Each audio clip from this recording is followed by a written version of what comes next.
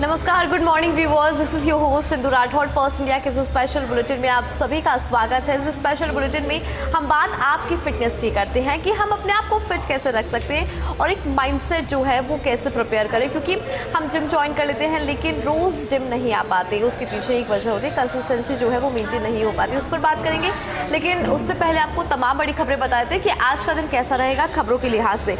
तो देखिए, बड़ी खबर से आज के दिन की शुरुआत करेंगे। दरअसल डेप्यूटी एडिटर शिवेंद्र सिंह परमार की ये रिपोर्ट है। देश के नए सीडीएस बने रिटायर्ड लेफ्टिनेंट जनरल एनएस राजा सुब्रमणी। और देखिए, भारत सरकार के रक्षा मंत्रालय के अंतर्गत सैन्य कार्य विभाग के सचिव के रूप में वो जिम्मेदारी जो है निभाएंगे। ये महत्वपूर्ण जानकारी है। इसके अलावा देखिए, लेफ्टिनेंट जनरल एनएस राजा सुब्रमणी भारतीय सेना में लंबे अनुभव और रणनीतिक नेतृत्व के लिए जाने जाते हैं। जो उनका रणनीतिक नेतृत्व है वो उनकी एक अलग पहचान है। सीडीएस का पद तीनों सेनाओं, थल सेना, नौसेना और वायुसेना के बीच में समन्वय स्थापित करने और सैन्य आधुनिकीकरण की दिशा तय करने में महत्वपूर्ण भूमिका निभाता है। क्योंकि अब सीडीएस की पद की बात करें, क्यों इतना जरूरी है, क्यों इतना ज्यादा ये इंपॉर्टेंट है, तो एक समन्वय बनाने का काम भी करता है। थल सेना, नौसेना और वायुसेना, इन तीनों सेनाओं के बीच में समन्वय स्थापित करने का काम करता है। इसके अलावा सैन्य आधुनिकीकरण की दिशा तय करने में महत्वपूर्ण भूमिका जो है वो यहाँ पर निभाता है। चलिए, इस पर ज्यादा जानकारी लेंगे। डेप्यूटी एडिटर शिवेंद्र सिंह परमार जुड़ गए हैं। शिवेंद्र, आपकी रिपोर्ट बता रहे थे, क्या अपडेट है आपके पास खबर से जुड़ा? बड़ी खबर है कि जो चीफ ऑफ डिफेंस स्टाफ है, उसका जो पद है सीडीएस का, वो मौजूदा परिस्थितियों में हिंदुस्तान में बहुत महत्वपूर्ण पद है। और कई नामों को लेकर चर्चाएं थी कि जो मौजूदा सीडीएस अब जब रिटायर हो रहे हैं तो कौन इस जिम्मेदारी को संभालेगा। साथ में बहुत सोच विचार के बाद हिंदू एनएस राजा सुब्रमणी, जो कि रिटायर्ड लेफ्टिनेंट जनरल हैं, उनको चीफ ऑफ डिफेंस स्टाफ यानी कि सीडीएस बनाया है। और उनकी नियुक्ति के साथ एक और महत्वपूर्ण बात यह है कि वो रक्षा मंत्रालय के अंतर्गत जो सैन्य कार्य विभाग है, डिपार्टमेंट ऑफ मिलिट्री अफेयर्स, उसके सेक्रेटरी की भी जिम्मेदारी संभालेंगे। इससे ये चीज बेहतर होगी कि तीनों जो हमारी सेनाएं हैं, थल सेना, नौसेना, वायुसेना, इनके साथ जो डिफेंस मिनिस्ट्री है उसका तालमेल भी बेहतर होगा। क्योंकि जो सीडीएस है वही जो मामले हैं उनके सचिव भी हैं, तो बहुत बेहतर तरीके से काम कर सकेंगे। जहाँ तक लेफ्टिनेंट जनरल एनएस राजा सुब्रमणी की बात है, तो भारतीय सेना में लंबे अनुभव और रणनीतिक नेतृत्व के लिए वो माने जाते हैं। नेतृत्व में कई नवाचार सेना में हुए और जो टास्क, जो असाइनमेंट उनको रक्षा मंत्रालय में मिला, उसको उन्होंने बखूबी निभाया है। लेकिन सीडीएस की जिम्मेदारी बहुत बड़ी जिम्मेदारी है और ये जिम्मेदारी ऐसे समय पर मिली है हिंदू, जब एक दिन पहले ही हिंदुस्तान ने ऑपरेशन सिंदूर की वर्षगांठ मनाई है। तो ऐसे में माना जा रहा है कि आने वाले दिनों में जो सीडीएस है वो तीनों सेनाओं के जो प्रमुख अधिकारी हैं उनके साथ बैठक भी करेंगे, समन्वय स्थापित भी करेंगे। और प्रयास यही रहेगा कि तीनों सेनाओं का रक्षा मंत्रालय के साथ, सरकार के साथ बेहतर तालमेल हो, जिसका परिणाम हमको तीनों सेनाओं की बेहतरी पे, आधुनिकता पर उन्नति दिखेंगे।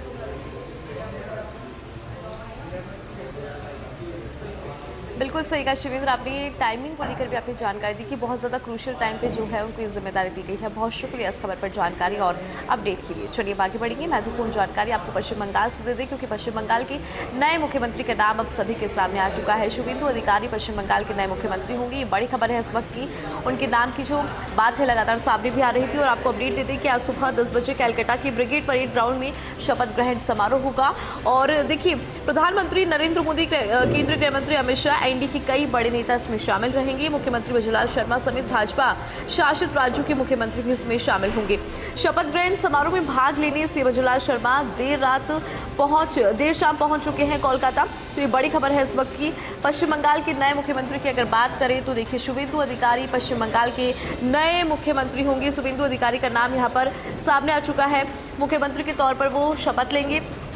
पद और गोपनीयता की शपथ उनके द्वारा ली जाएगी। और इस शपथ ग्रहण समारोह की बात करें तो आज सुबह 10 बजे पूरा समारोह होना है, जिसमें कई दिग्गज, प्रधानमंत्री मोदी, गृह मंत्री अमित शाह, इसके अलावा एनडीए के कई बड़े नेता जो है वो शामिल होंगे। और एनडीए शासित और भाजपा शासित राज्यों की बात करें तो उनके मुख्यमंत्री इसमें शामिल होंगे। साथ ही सीएम वजुलाल शर्मा भी इस शपथ ग्रहण समारोह का हिस्सा रहने वाले हैं। इसीलिए सीएम वजुलाल शर्मा देर शाम कोलकाता पहुंच भी चुके हैं। तो ये बड़ा अपडेट है पश्चिम बंगाल से जुड़ा।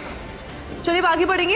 एसोसिएट एडिटर विकास शर्मा के साथ में रेजिडेंट एडिटर भंवर एस चारण की रिपोर्ट आपको बता दें। दरअसल लापरवाह की जिम्मेदारों पर अब कार्रवाई की गाज। देखिए आखिरकार लापरवाही की जिम्मेदारों पर कार्रवाई की गाज। दरअसल कोटा में प्रसूताओं की मौत और तबियत बिगड़ने के मामले में सख्त एक्शन लिया गया है। एक डॉक्टर समेत 3 मेडिकोस की निलंबन की सिफारिश है और यूटीवी पर लगी एक डॉक्टर की सेवा समाप्त की भी जानकारी मिली है। कोटा मेडिकल कॉलेज प्राचार्य की तरफ से बनाई गई कमेटी की रिपोर्ट के आधार पर ये पूरा एक्शन लिया गया। Emergency OT in-charge doctor Navneet Sharma, OT nursing in charge Gurjeet Kaur और labour room in charge Nimesh Verma को तत्काल प्रभाव से निलंबित कर दिया गया। ये इस वक्त की बड़ी खबर है। जबकि कॉलेज प्रशासन ने यूटीबी पर लगी डॉक्टर श्रद्धा उपाध्याय की सेवाएं समाप्त की है। इसके अलावा गायनी की यूनिट हेड है doctor BL Patidar, doctor Neha Sihra को कारण बताओ नोटिस जारी किया। इन्हें कारण बताओ नोटिस जारी किया गया इस पूरे मामले में। हालांकि कमेटी की तरफ से तैयार फाइनल रिपोर्ट को अभी तक सार्वजनिक नहीं किया गया है, क्योंकि जो रिपोर्ट तैयार हुई है वो अभी तक सार्वजनिक नहीं हुई है। लेकिन सूत्रों के मुताबिक ओटी का तय मापदंडों के हिसाब से नहीं किया गया था। स्टेरिलाइजेशन, साथ ही उपचार के दौरान सुपरवाइजरी नेग्लिजेंसी भी सामने आ रही है। ऐसे में चिकित्सा मंत्री गजेंद्र सिंह खीवसर के निर्देश पर यह बड़ा एक्शन लिया गया। तो कहीं ना कहीं जो एक्शन की बात है वो सामने आ रही है। जिन्होंने यहाँ पर लापरवाही की है उन पर एक्शन की बात सामने आ रही है। तो यहाँ पर देखिए बड़ा एक्शन और सख्त एक्शन देखने को मिल रहा है। डॉक्टर समेत 3 मेडिकोस के निलंबन की सिफारिश है इस पूरे मामले के अंदर। जबकि यूटीबी पर लगे एक डॉक्टर है उनकी सेवा समाप्त की भी बात सामने आई। कोटा मेडिकल कॉलेज प्राचार्य की तरफ से कमेटी की रिपोर्ट जो बनी है उसके आधार पर यहाँ पर एक्शन की बात सामने आ रही है। इमरजेंसी ओटी इंचार्ज और डॉक्टर नवनीत शर्मा जो है, साथ ही OT nursing in charge Gurjeet Kaur और labour room in charge Nimesh Verma को तत्काल प्रभाव से निलंबित कर दिया गया। ये वो नाम हम आपको बता रहे हैं जिनको निलंबित यहाँ पर किया गया है, क्योंकि इस पूरे मामले के बाद सख्त एक्शन देखने को मिला और इनको यहाँ पर निलंबन किया गया। इनका निलंबन हुआ है। जबकि कॉलेज प्रशासन ने यूटीबी पर लगी डॉक्टर श्रद्धा उपाध्याय की सेवाओं को समाप्त किया है। इसके अलावा गायनी के unit head doctor BL Patidar, doctor Neha Sihra को कारण बताओ नोटिस यहाँ पर जारी किया है। उन्हें यहाँ पर कारण बताओ नोटिस जारी किया गया। हालांकि कमेटी की तरफ से जो रिपोर्ट है, फाइनल रिपोर्ट है, वो अभी तक सार्वजनिक नहीं की गई। जो रिपोर्ट यहाँ पर कमेटी ने बनाई है उसको सार्वजनिक अभी तक नहीं किया गया है। लेकिन सूत्रों के मुताबिक ओटी का तय मापदंडों के हिसाब से स्टेरिलाइजेशन नहीं किया गया है। साथ ही उपचार के दौरान सुपरवाइजरी नेग्लिजेंसी भी सामने आ रही है। ऐसे में चिकित्सा मंत्री गजेंद्र सिंह खीवसर के निर्देश पर बड़ा एक्शन लिया गया। तो ये बड़ी खबर है इस वक्त की। लापरवाही के जिम्मेदारों पर आखिरकार गाज जो है वो गिरी है और कार्रवाई की गाज। चलिए इस खबर पर विस्तार से जानकारी लेंगे। एसोसिएट एडिटर विकास शर्मा जी जुड़ गए हैं। विकास जी क्या अपडेट है, क्योंकि जिस तरह का मामला उसमें वाकई में जरूरत थी एक्शन की और अब जाकर एक्शन हुआ है, विस्तार से समझाइए इस पूरी खबर को। हाँ देखिए, जिस तरह से कोटा के अंदर लापरवाही सामने आई है, प्रसूताओं की 2 की मौत हो गई, 4 की हालत गंभीर से बिगड़ गई थी और इस पूरे मामले में प्रथम दृष्टया लापरवाही जो है वो सामने आई है। लापरवाही किस तरह की सामने आई है वो अभी हालांकि उसका खुलासा नहीं हुआ है, लेकिन इस पूरे मामले को लेकर प्रशासन ने शिक्षा विभाग ने बड़ा एक्शन लिया है, जिसमें कि इमरजेंसी ओटी के इंचार्ज डॉक्टर नवनीत शर्मा, उसके ओटी नर्सिंग इंचार्ज जो है गुरजीत कौर और लेबर रूम इंचार्ज है निमेश वर्मा जो है, तीनों को तत्काल प्रभाव से निलंबित कर दिया है। इसके साथ ही जो एक डॉक्टर थी डॉक्टर श्रद्धा उपाध्याय, उनकी जो यूटीबी पे लगी हुई थी, उनकी सेवाएं तत्काल प्रभाव से समाप्त कर दी गई है। अगर बात करें रिपोर्ट की तो अभी तक ये जानकारी प्राप्त हुई है कि ओटी में तय मापदंडों के हिसाब से स्टेरिलाइजेशन नहीं किया गया था। इसके साथ ही उपचार के दौरान भी सुपर नेग्लिजेंसी की बात सामने आ रही है। इसके चलते गजेंद्र सिंह खीवसर जो है उनके निर्देश पर ये कार्रवाई की गई है। मैं आपको कर दूँ इसके अलावा 2 सीनियर डॉक्टर्स हैं, उनको भी कारण बताओ नोटिस जारी किया गया है। जो जिन दोनों डॉक्टरों को गायनी के यूनिट हेड है BL पाटीदार और डॉक्टर नेहा सिहरा, दोनों को कारण बताओ नोटिस जारी किया गया। 3 दिन में उनसे जवाब तलब करने के लिए कहा गया। अगर 3 दिन में जवाब नहीं देते हैं तो उस स्थिति में उनके खिलाफ भी कार्रवाई शुरू की जाएगी। जी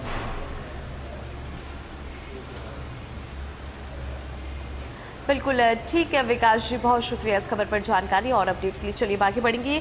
भीलवाड़ा से इस वक्त की बड़ी खबर आपको दे दी। दरअसल भीमगंज थाना क्षेत्र में मामूली कहासुनी ने हिंसक रूप ले लिया। ये भीलवाड़ा से बड़ी खबर है इस वक्त की। मामूली कहासुनी ने यहाँ पर हिंसक रूप लिया है और देखिए कोली मोहल्ले में युवक ने दूसरे युवक पर धारदार हथियार से यहाँ पर हमला कर दिया। इस वक्त की बड़ी खबर, महत्वपूर्ण जानकारी आपको दी भीलवाड़ा से, जहाँ मामूली कहासुनी और इसने एक बड़ा हिंसक रूप ले लिया। इस हमले में सोनल कोहली गंभीर रूप से घायल हुए, जिला चिकित्सालय में भर्ती। घायल युवक का हॉस्पिटल में फिलहाल उपचार जारी है और सूचना मिलते ही भीमगंज थाना पुलिस मौके पर पहुंची। मामले में जांच भी की जा रही है। पुलिस को जैसे सूचना दी गई, पुलिस मौके पर पहुंची है और पुलिस ने मामला दर्ज कर जांच शुरू कर दी है। साथ ही घटनास्थल से साक्ष्य भी है, वो भी जुटाए गए हैं और वारदात के बाद हमलावर जो है वो फरार है, लेकिन पुलिस अभी हमलावर की तलाश यहाँ पर कर रही है। मामूली कहासुनी हुई थी, लेकिन इसने हिंसक रूप लिया, जिसके बाद देखिए बड़ा मामला यहाँ पर देखने को मिला। धारदार हथियार से हमला कर दिया एक युवक पर, जिसके बाद पुलिस भी मौके पर पहुंची, लेकिन जो फरार आरोपी है उसकी फिलहाल यहाँ पर इस पूरे मामले में तलाश जारी है। तो ये तो हमने आपको तमाम बड़ी खबरें बताई कि किस तरह से आज का दिन खबरों के लिहाज से, लेकिन देखिए यहाँ पर हम बात न्यूज़पेपर्स की करेंगे, क्योंकि मेरे पास में फर्स्ट इंडिया ग्रुप द्वारा पब्लिश 2 बड़े न्यूज़पेपर है। First is first India daily English newspaper. Let's talk about this newspaper और इसमें देखते हैं क्या कुछ खास है। सबसे पहले बात यहाँ पर वेस्ट बंगाल की करते हैं, क्योंकि वेस्ट बंगाल के चीफ मिनिस्टर के नाम का अनाउंसमेंट जो है वो एक तरह से हो चुकी है। लेट्स सी इसके अंदर क्या कुछ है। In what seemed largely impossible in 2021 became exhaustively debatable 5 years later. Can Subhendu Adhikari defeat Mamata in home turf Bhawanipur? The question gained political legitimacy in 2026 given the nail-biting contest in 2021 Nandigram battle where Mamata had challenged her ex-protege. Taking the battle of Subhendu's best in Nandigram didn't go well for Mamata as the BJP leader defeated her with over 1,900 votes. It was round 1 between Mamata versus Subhendu. The second round in 2026 was more intense as this time Subhendu took the battle to Mamata's Bhawanipur seat. तो यहाँ पर देखिए अगर शुभेंदु अधिकारी की बात करें, क्योंकि जो कभी ऐसा लगता था कि पॉसिबल नहीं होगा वो यहाँ पर पॉसिबल हुआ है और एक बेहतरीन जीत जो है वो यहाँ पर दर्ज भी की है और शुभेंदु अधिकारी का जो नाम है वो यहाँ पर सामने आया एज अ चीफ मिनिस्टर के लिए। और आज जो है यहाँ पर शपथ भी होगी जिसमें वो पद और गोपनीयता की शपथ लेंगे। This has been rivalry arc of Subhendu Adhikari, who is the BJP's chief minister-elect with Mamata Banerjee's, whose chair now belongs to her ex-loyalist. तो यहाँ पर देखिए उनके नाम का, जैसा कि मैं अभी बता ही रही थी कि ऐलान जो है वो हो चुका है और आज वो मुख्यमंत्री के तौर पर शपथ ले लेंगे। आगे बढ़ेंगे। Operation Sindoor is a testament to the swift, precise and joint response of the Indian Armed Forces to safeguard national interest. Defence Minister Rajnath Singh said on Friday evening as he called upon the military to remain ready to deal with any security challenges. Singh made the remark in his address at ongoing Joint Military Commandos Conference in Jaipur that carried out a comprehensive review of the combat preparedness of 3 services involving regional security station. तो यहाँ पर राजनाथ सिंह ने देखिए एक महत्वपूर्ण जानकारी भी दी है। साथ ही उन्होंने ऑपरेशन सिंदूर का भी यहाँ पे जिक्र किया कि किस तरह से नेशन पे जब ये बात आएगी तो उस तरह के ऑपरेशन हमें देखने को मिलेंगे। जयपुर के अंदर वो एड्रेस कर रहे थे जिसमें उन्होंने ऑपरेशन सिंदूर पर भी अपनी बात रखी है। चलिए आगे बढ़ेंगे। We're just still short of maturity as suspense continues over TN government formation. Tamil Nadu's fast-moving political drama witnessed another unexpected turn with sources from the governor office confirming on late Friday that actor-turned politician Thalapathy Vijay hasn't been invited to take oath as chief minister on Saturday. तो देखिए यहाँ पर एक और unexpected चीज़ जो है, unexpected turn नजर आया है तमिलनाडु की। अगर हम बात करें जिस तरह का हाई पॉलिटिकल ड्रामा अभी देखने को मिला, उसी से जुड़ी जानकारी है। Official said that the delay is due to his inability to present proof of support from the 118 MLAs required to form the government in the 234 member assembly। यहाँ पर देखिए क्योंकि उन्हें बुलाया नहीं गया, तो ओथ के लिए जब उन्हें बुलाया नहीं गया सैटरडे को, तो यहाँ पर कई तरह की बातें सामने, लेकिन कहा जा रहा है कि उनके पास जो सपोर्ट होना चाहिए उसका प्रूफ 118 MLAs का जो प्रूफ है वो नहीं है, इसीलिए उनको यहाँ पर बुलाया नहीं गया है। चलिए आगे बढ़ेंगे। Colonel Qureshi remark supreme court reps MP government over delay in action against minister.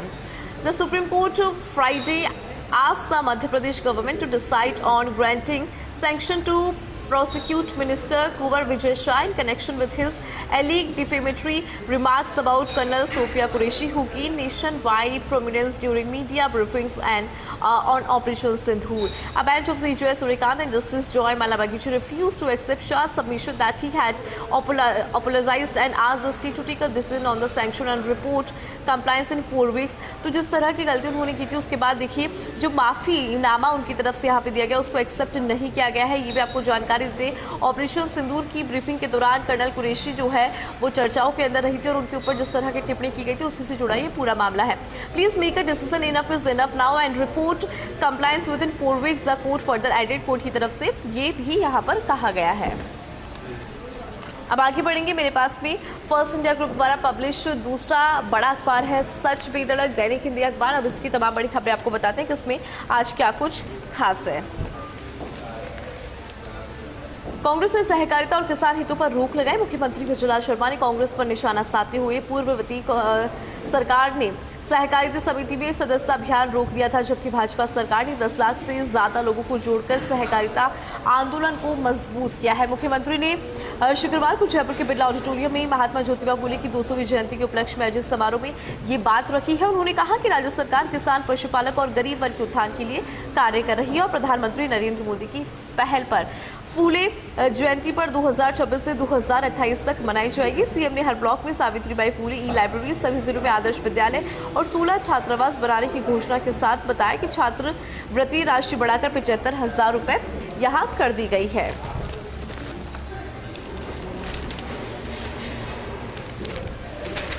अब आगे बढ़ेंगे और क्या कुछ खास है आज के अखबार में, क्या आपको बताते हैं।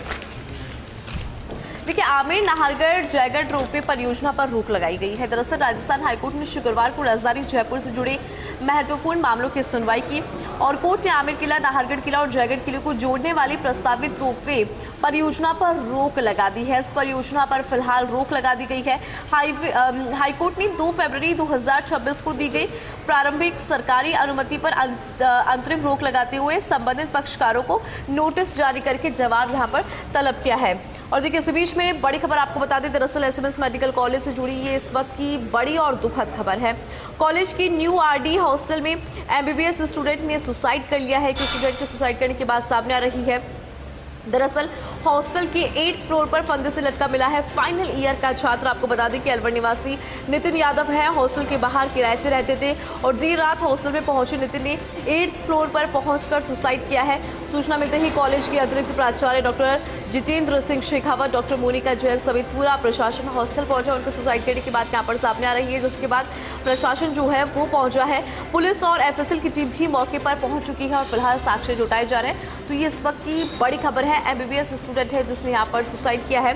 और आपको बता दें कि कॉलेज की न्यू आरडी हॉस्टल में एमबीबीएस स्टूडेंट ने सुसाइड किया है। हॉस्टल के 8th फ्लोर पर जाकर फंदे से लटका मिला है इस स्टूडेंट का शव। और आपको बता दें कि अलवर के निवासी थे नितिन यादव, जिन्होंने यहाँ पर सुसाइड किया है। हॉस्टल के बाहर किराए पर रहते थे, लेकिन अब सुसाइड क्यों किया, ये अपने आप में एक बड़ा सवाल है। उनके सुसाइड करने की बात सामने आ रही है। जानकारी मिलते ही देर रात हॉस्टल में जिस तरह का ये पूरा मामला हुआ, उसके बाद कॉलेज के अतिरिक्त प्राचार्य डॉक्टर जितेंद्र सिंह शेखावत, डॉक्टर मोनिका जैन समेत पूरा प्रशासन हॉस्टल पहुंचा और फिलहाल इस मामले में जांच जारी है। चलिए इस खबर पर ज्यादा जानकारी लेंगे। एसोसिएट एडिटर विकास शर्मा जी जुड़ गए हैं। विकास जी, देखिए एमबीबीएस का ये स्टूडेंट था जिसने यहाँ पर सुसाइड किया है, क्या अपडेट है, क्या कोई वजह इसकी सामने आई अभी तक, ये सुसाइड क्यों किया, कुछ अपडेट? जिस तरह से ये घटना सामने आई, बड़ी दुखद घटना है। एसएमएस मेडिकल कॉलेज का जो न्यू आरडी हॉस्टल है, वहाँ पर एमबीबीएस के फाइनल ईयर का छात्र है, अलवर निवासी छात्र था, जो कि हॉस्टल में नहीं रहते थे। हॉस्टल के बाहर कमरा किराया लेकर रहते थे। लेकिन कल देर रात को वो हॉस्टल के अंदर आए।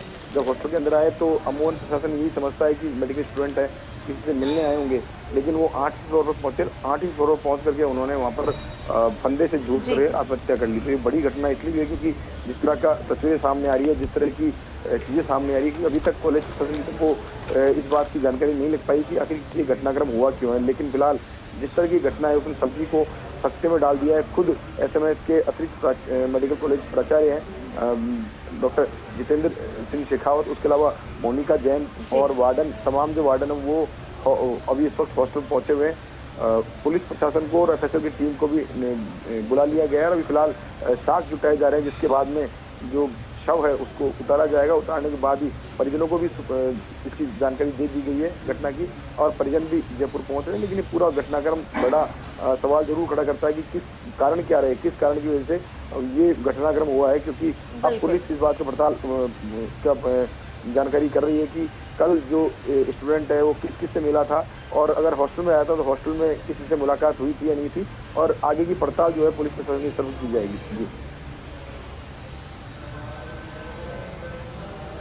बिल्कुल विकास जी, हर पहलू पर जांच जो है वो की जाएगी। बहुत शुक्रिया इस खबर पर जानकारी और अपडेट के लिए। तो देखिए, परिजनों को भी सूचना दे दी गई है, मौके पर पुलिस और एफएसएल की टीम पहुंच गई है, साक्ष्य जुटाए जा रहे हैं और सबसे बड़ी वजह कि इसके पीछे की वजह क्या रही उस पर भी यहाँ पर जांच होगी। तो ये तो हमने आपको तमाम बड़ी खबरें बताई कि खबरों के लिहाज से आज का दिन कैसा रहेगा, लेकिन यहाँ पर बात हम आपकी फिटनेस की भी करेंगे कि हम सभी अपनी बॉडी को कैसे मेंटेन कर सकते हैं। हेल्दी बॉडी बहुत ज़रूरी होती है और उसके लिए एक माइंडसेट जो है वो भी होना चाहिए। अब हम बात करते हैं कि हम अपने आप को फिट कैसे रख सकते हैं, और फिटनेस आज के टाइम में बहुत ज़्यादा ज़रूरी हो जाती है। हमारी जैसे कि लाइफस्टाइल है जिसमें हम बहुत ज़्यादा जंक फूड है वो खाते हैं, स्ट्रीट फूड जो है वो बहुत ज़्यादा खाते हैं, इन सब को अवॉइड करना चाहिए। और जब हमारे सामने कोई एग्जाम्पल हो जिन्होंने अपनी बॉडी में चेंजेस दिखे हैं तो हमें लगता है कि उस एग्जाम्पल को देखने के बाद हम खुद भी मोटिवेटेड फील करते हैं। तो मेरे साथ में है डॉक्टर अमित माथुर, इनसे हम जानते हैं कि इनकी फिटनेस जर्नी कैसे रही, किस मोटिवेशन के साथ इन्होंने जिम स्टार्ट किया था।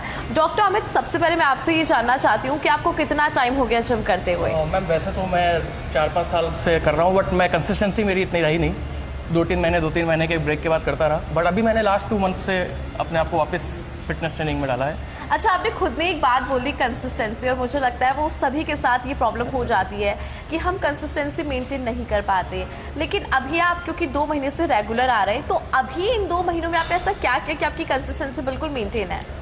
मैम उसमें बहुत इंपॉर्टेंट रोल तो ये रहा है कि जो मेरी डेली रूटीन की लाइफस्टाइल था उसमें मुझे लगता था कि वो बहुत अनहेल्दी हो गया था, है ना। और डेस्क जॉब होने की वजह से भी शायद मुझे वो कॉन्फिडेंस की कमी भी फील होने लगा था।